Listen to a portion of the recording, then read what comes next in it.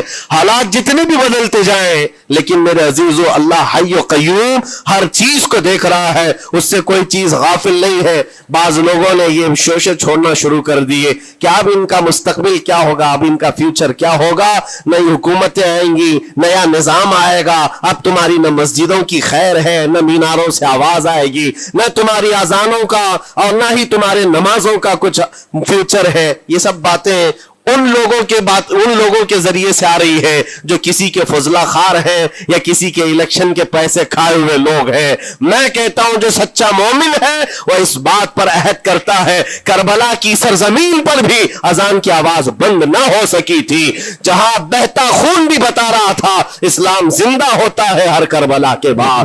آج بھی حالات اگر ہمارے موافق نہیں ہے تو میرے عزیزوں نسلوں میں کوئی تو آئے گا جو صلاح الدین بن کر کے ابھرے گا, نسلوں میں کوئی تو آئے گا جو غریب نواز کا غلام بن کر معین الدین بن کر کے نکلے گا. اس لیے کہ حالات ہر وقت ایک طرح کے نہیں ہوتے. ہم نے تاریخ دیکھی ہے اور رب تعالیٰ کا قانون ہے, کبھی بادشاہوں کو فقیر بنا دیتا ہے اور کبھی فقیروں کو بادشاہ کا منصب عطا کر دیتا ہے. جب سرکار غریب نواز دلی کے سرزمین پر آپ بیٹھے ہوئے تھے اپنے صوفیہ کی جماعت کے ساتھ, ایک دسترخوان لگا ہوا تھا, دسترخوان لگا ہوا ہے, اولیاء اکرام کی جماعت ہے, ایک دوسرے سے بات چیت کر رہے ہیں. دلی میں اس وقت حالات عجیب تھے. ایک چھوٹا سا لڑکا جس کی عمر 13 یا 14 سال کی رہی ہوگی, وہ اپنے ہاتھ میں کھٹوری اور ایک تیر اور ترکش لے کر کے سامنے سے جا رہا تھا. اولیاء کی نظر اس پر پڑی, سرکار غریب نواز نے نظر اٹھا کر دیکھی, اور سامنے سے مجمع سے جانے والے بچے بہت سارے ہوتے ہیں, کوئی آیا گیا, لیکن غریب نواز نے نظر اٹھا کر دیکھا اور پھر صوفیہ کی جماعت سے کہا کہ دیکھنا یہ کل دلی کا بادشاہ بن کر کے نکلے گا, ہندوستان کی پوری سلطنت اس کے پاس ہوگی. تاریخ میں موجود ہے غریب نواز کی زبان سے نکلا ہوا یہ جملہ.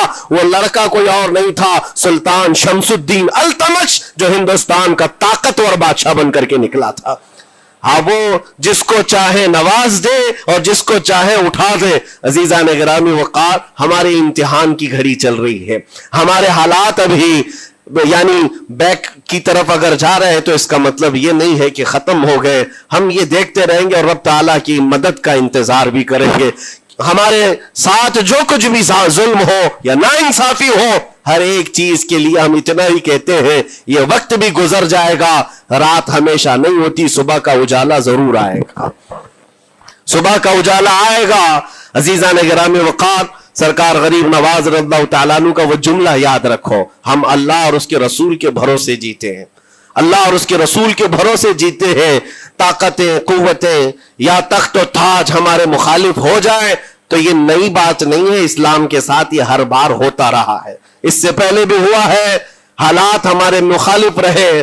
اولیاء کاملین کی جماعتیں دیکھیے, اہل بیت اطہار, رسول اللہ کی آل, اتنے میں آپ کو شہادت کے واقعات اگر بتا دوں, آپ کو تو صرف ایک کربلا معلوم ہوگا, ایک کربلا سنا ہوگا کثرت سے, لیکن جانتے ہو رسول اللہ کی آل میں سے کئی ایسے صاحبزادے ہیں جن کو جیلوں میں 1 سال نہیں 7 سال 8 سال تک بند رکھا گیا. امام موسیٰ کاظم رضی اللہ تعالیٰ عنہ کو 7 سال تک جیل میں رکھا, زنجیروں سے باندھا اور زہر دے کر کے ان کو شہید کیا گیا ہے. حضرت امام محمد بن حسن عسکری 20 سال تک جیل میں کاٹے ہیں. یہ رسول اللہ کے گھر والوں کی بات کر رہا ہوں. سیدنا زید شہید جن کو سولی پر چڑھا دیا گیا تھا, یہ امام حسن مجتبی کی اولاد میں سے ہے. یہ سارے خونی داستانیں یہاں اسلام کی تاریخ میں موجود ہے. جب اسلام اس وقت نہیں رکا تو اب کیا خاک رکے گا؟ اسلام اب نہیں رکنا ہے, قیامت تک اس کی حفاظت اللہ کریم فرمائے گا, اللہ کریم فرمائے گا. ہم جیسے آئیں گے اور چلے جائیں گے, لیکن اسلام کو پھلنا پھولنا ہے, یہ پھلتا پھولتا ہی رہے گا انشاءاللہ. آپ کی ذمہ داری اتنی ہے, آپ کی اتنی ذمہ داری ہے, حالات دیکھ کر کے بچوں کو یہ نہ کہنا کہ بیٹا آپ جیسے حالات چل رہے ہیں ویسے ہی چلتے رہو، نہیں، اپنے بیٹوں کو یہ ترغیب دینا کہ بیٹا آج ہم امتحان کی گھڑی میں ہیں، کل اگر اللہ نے حالات اچھے کر دیے تو یاد رکھنا جس جگہ بت کدے بنے ہماری مسجدوں کو توڑ کر انشاءاللہ وہاں سے اذان کی آواز پھر سے گونجے گی، اذان کی آواز آئے۔ یہ بچوں کو نصیحت ہونی چاہیے، ہماری تاریخ مٹانے سے مٹتی نہیں ہے، ایک دور آئے گا پھر جب اللہ کریم چاہے تو یہ تاریخ کھل کر کے لوگوں کے سامنے آئے۔ ہم کسی پر ظلم کرنے کی اجازت ہرگز نہیں دیتے، اور ساتھ ہی اسلام یہ بھی کہتا ہے ظلم ہو جائے تو سہنے کی اجازت بھی نہیں ہے، آپ کو حق بات بول کر جانا ہے، حق بات پہنچا کر کے جانا ہے۔ بولنے میں کیا ہے، ہماری زبان کاٹی جائے گی، ہماری گردن ماری جائے گی، لیکن حق بات کی حفاظت نسلوں تک منتقل کرنا اللہ کریم کی طرف سے ایک بہت بڑا انعام ہے، اس کا بہت بڑا انعام ہے، یہ تو ہم کر ہی سکتے ہیں، ہماری نسلوں کو یہ بات بتائیں گے انشاءاللہ العزیز۔ یہ غریب نواز کا ہندوستان کل بھی تھا، آج بھی، اور ہمیشہ رہے گا انشاءاللہ۔ سرکار غریب نواز کا پھیلایا ہوا یہ چراغ کبھی پھونک کے پھونکوں سے بجھایا تو نہیں بجھایا جا سکتا۔ آپ دلی کی سرزمین سے جب اجمیر معلیٰ پہنچے تھے، یہ تقریباً 7 مہینے کا سفر تھا غالباً، اس سفر کے دوران کئی ہزار لوگ اسلام میں داخل ہوئے تھے، اور آپ کو اس کے بعد کی تاریخی حالات معلوم ہے، جادوگروں نے مقابلہ کیا، راجوں مہاراجوں نے، بادشاہوں نے مقابلہ کیا، اور فوج نے مقابلہ کیا، نہ جانے کتنے لوگ۔ ایک بار تو ایسا ہوا کہ انا ساگر کی اس پہاڑی پر آپ ذکر میں مشغول تھے، راجے نے کئی مرتبہ یہ سوچا کہ ان کو مار کر کے یا کسی طرح سے بھگائیں، لیکن جب نہیں ہوا تو راجہ سے کسی نے کہا یہ منتر والا کوئی فقیر ہے، اس کا توڑ منتر والے سے ہی ہوگا۔ تو اس وقت جو بہت بڑا ان کا ایک منتر جاپ کرنے والا پجاری تھا، اس وقت اس تاریخ میں اس کا نام رام دیو بتایا گیا ہے، یہ والا نہیں ہے، اس زمانے کا تھا۔ اور اس کو راجہ نے جا کر کہا، وہ کبھی کسی سے مقابلے کے لیے آیا نہیں تھا، اس نے حامی بھر لی کہ ہاں ٹھیک ہے، میں جاؤں گا، دیکھتا ہوں کون فقیر آیا ہے ہماری اس دھرتی پر، اور میں جاپ کروں گا، اگر جادو ہے تو جادو سے میں کاٹ دوں گا۔ اس نے تقریباً اپنے ساتھ 400 یا 500 پجاریوں کو لیا، اور جب وہ آیا تو سرکار غریب نواز کے ساتھ 2 خادم تھے، آپ کے ساتھ صرف 2 خادم بیٹھے ہوئے تھے۔ کہا کہ حضور بہت بڑا مسئلہ ہے، پجاریوں کا جادو ہم پر حملہ آور ہے، ان کا جادوگر حملہ آور ہے، اور مقابلے کے لیے وہ لوگ میدان کے قریب آ چکے، پہاڑ کے نیچے ہیں، آپ اپنے چلہ گاہ سے اٹھتے ہیں جہاں پر آپ عبادت کر رہے تھے۔ کہا ٹھیک ہے ہم جاتے ہیں، اور اس کے بعد سرکار غریب نواز نے کہلا بھیجا اپنے خادم سے، کہو کہ وہ اپنا منتر پڑھیں، ہم اپنا منتر پڑھیں، وہ اپنا منتر پڑھیں جو بھی ان کے جادو کا ہے۔ اب جب وہ پنڈت نے، پجاری نے دیکھے بغیر اپنے سارے پجاریوں سے کہا کہ جیسے ہی وہ درویش آئے گا، وہ فقیر آئے گا، ہمارا یہ منتر ہے، یہ پڑھنا، وہ آگ میں بھسم ہو جائے گا، دنیا دیکھے گی۔ سبوں نے کہا ٹھیک ہے، لیکن ابھی کسی نے دیکھا نہیں تھا، لیکن جیسے ہی وہ اپنی جھوپڑی سے یہ مرد قلندر جلوہ رسول لے کر کے نکلا تھا، جمال رسول لے کر نکلا تھا، بیٹا ہے کس کا؟ حسن و حسین کا بیٹا ہے، فاطمہ زہرا کا بیٹا ہے۔ جیسے ہی باہر آئے، وہ منتر جو سکھایا گیا تھا سب کے قریب قریب آئے، 400 لوگوں نے وہ غریب نواز کی پیشانی کو دیکھ کر منتر پڑھنا شروع کیا، اور منتر کیا تھا؟ ان کی زبان سے لا الہ الا اللہ، لا الہ الا اللہ، لا الہ الا اللہ۔ لوگوں نے کہا یہ ادھر کیسے آ گیا کلمہ؟ اور جا کر اس رام دیو سے کہا گیا، اس نے کہا کہ یہ 400 کے 400 لوگ تو کوئی اور ہی کلمہ پڑھ رہے ہیں، کوئی اور ہی کلمہ پڑھ رہے ہیں۔ وہ اتر کر کے آیا ہاتھی کے کجاوے سے نیچے، اور سرکار غریب نواز کو دیکھا تو اس نے کہا یہ جھوٹ نہیں کہہ رہے، میں بھی وہی پڑھتا ہوں جو یہ پڑھ رہے ہیں۔ آپ کو تاریخ میں پتا ہو کہ اس کا نام سرکار غریب نواز نے شادی دیو رکھا اور اپنے مریدین میں شامل فرمایا، اور زندگی بھر سرکار غریب نواز کے خلفاء میں اور آپ کے خادموں میں شامل رہا۔ یہ تلوار سے اور چاقو بھالے نیزے سے نہیں کیا گیا تھا،